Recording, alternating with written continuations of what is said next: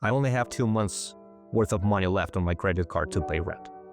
After that, I have nothing. It feels like trying to run away from a bear. All it takes is one slip and the bear eats you. Your monthly payment is estimated to be $400. Please give me a call back today. Picture yourself falling down a hole. If you've already found the bottom, where can you go from there? If you run a business, have responsibilities, or frankly, just have a life, you know that stress is inevitable. And the higher the stakes, the worse stress gets. If you watch my channel, you know that I really like visually rich storytelling. History, economy, corporate case studies, stories from Amazon, Apple, Tesla, Theranos. But today, I want to tell a different story. I always thought I was super resilient. But about 6 years ago, my life proved me wrong. Back then, I already had years of corporate entrepreneurial and consulting experience, and I thought I was ready. So I decided to buy a business, a couple $1 million investment. On paper, everything was perfect. Modern tech, great processes, the right people, the right size, and it is all that now. That company is actually a crown jewel of our entire Z360 brand. But immediately after taking over the firm, that perfect paper reality disappeared. It turned out there was a massive backlog of work. The company was so severely understaffed that we were drowning. Complaints started piling up, clients were leaving, and of course, my bottom line was suffering. But that's not all. I didn't have those millions of dollars sitting in my drawer to buy the company with cash, so I took a loan.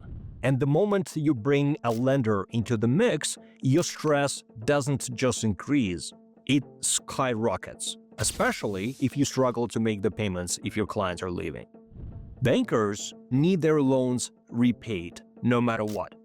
So they will apply as much pressure on you as they can to make sure you pay. And they did. Your monthly payment is estimated to be $400. Please give me a call back today. Now, prior to forwarding this to your local authorities and returning them issuing a warrant for your arrest, In just a few months, I was losing clients, I ran out of the cash buffer very quickly, but the loan payments were still due.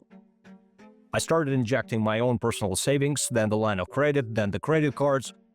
And just a few months later, I remember sitting in a psychologist's office, lost, sleep-deprived, stressed to my bones, just trying to stay functional.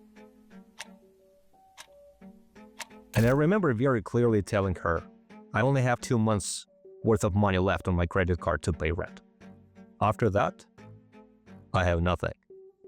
I'm literally at the bottom of my entire career.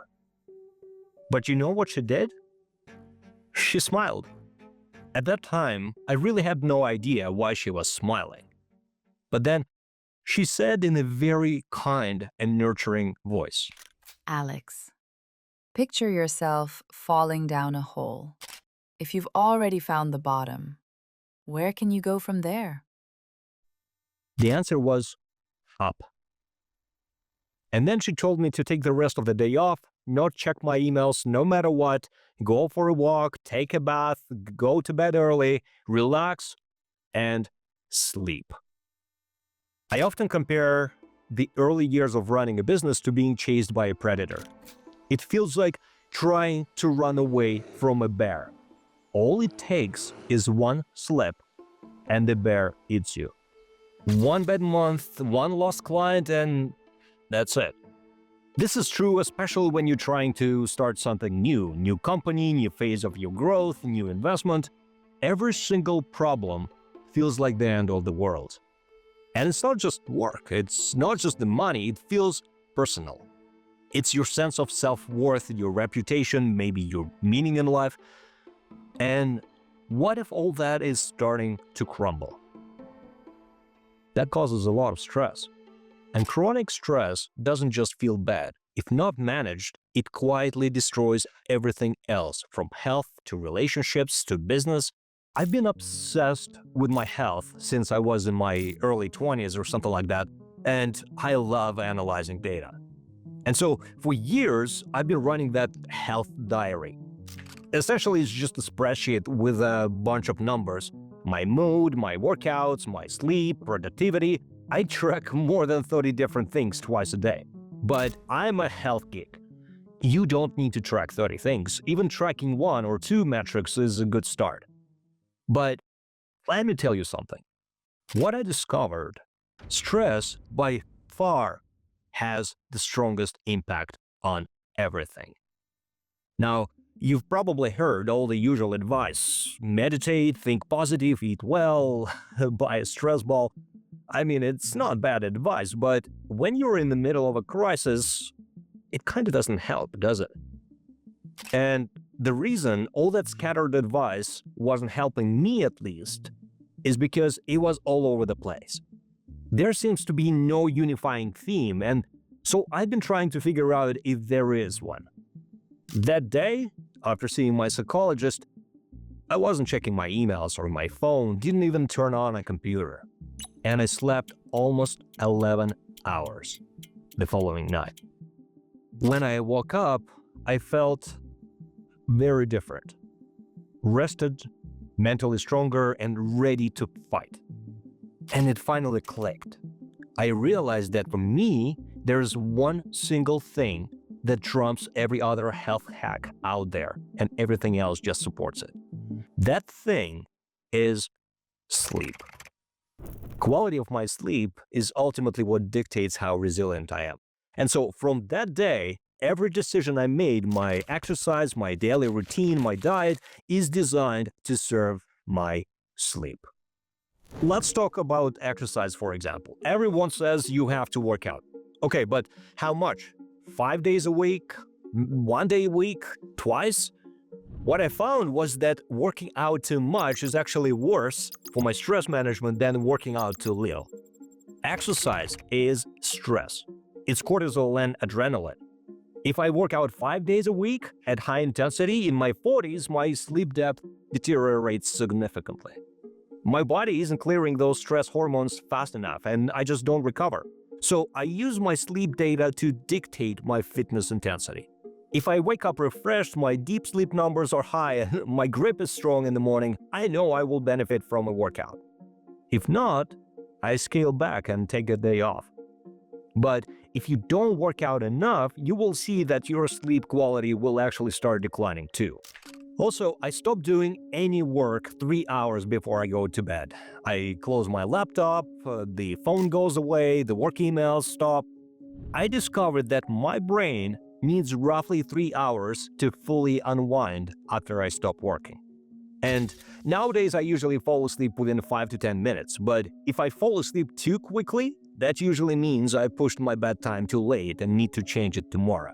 And if it takes longer, then it's either too early for me or I need more time to unwind. But either way, I just listen to my body. By the way, walking really helps unwind. No matter how stressful the day was, especially if it was a stressful day, I'd go for a walk. They say walking is ingrained in our DNA to make us feel better, and I believe it. I also had to stop lying to myself about being a night owl. And I wake up at the same time every single day, usually around 7 a.m. Never with an alarm clock. I mean, if I go out late, I would use an alarm clock to make sure I don't oversleep, but that's about it. And with a diet, I would never eat anything heavy or fat before I go to bed. I would still eat at least something to help me fall and stay asleep, but nothing major. Now, everything I've told you about sleep is the long game. But what do you do when the stress is hitting you right now? If you haven't heard, there was a guy in Europe, Wim Hof. They call him an Iceman. He even broke 25 Guinness World Records, so he has a breathing technique that literally feels like a drug, but it actually makes everything better. You breathe in and out super deep, non-stop for 30 reps, and then you just stop. For the next minute or so, it feels like you're in paradise, and it really lowers your stress. Honestly, it's so good, but I would still start with just a few reps and see how you feel if you decide to try. And of course, make sure to consult your doctor if you decide to try it. Now, as I said before, for me, sleep was by far the most important factor to fix. But how I frame my problems makes a big difference too. I saw an interesting meme the other day where it shows what people think the path to success looks like and what it really looks like. Success is not linear. In the present, whatever problems you have might feel big and painful. But look at your past. Think about the biggest business problem you had last year. How about 2 years ago? How about 5 years? Those problems, even if you remember them, feel like nothing anymore.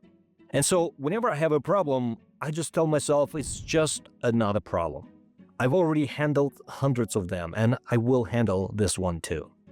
Finally, talking to others about problems always helps. Does it mean that every psychologist you talk to will be as life-changing as it was for me? Usually there aren't. And it does mean that it needs to be a psychologist. Wise words from my friends and family are very impactful too. And if you haven't done so, join the business community in your area, or you can join ours on Facebook. But does it mean that if you fix your sleep and diet and exercise, you will have no stress? Does it mean I have no stress? I have it all the time, but I now have this system with my sleep at the center to handle it so I can wake up ready to tackle whatever bear is trying to catch me. And if it so happens that a bear is chasing you right now, I promise you're not alone. We entrepreneurs have problems all the time. But sometimes when life feels like you've hit the bottom, the smartest thing you can do is stop digging today, go to sleep, and instead start climbing in the morning. Thanks for watching. If you enjoyed the channel, please consider subscribing, and I hope you sleep well tonight.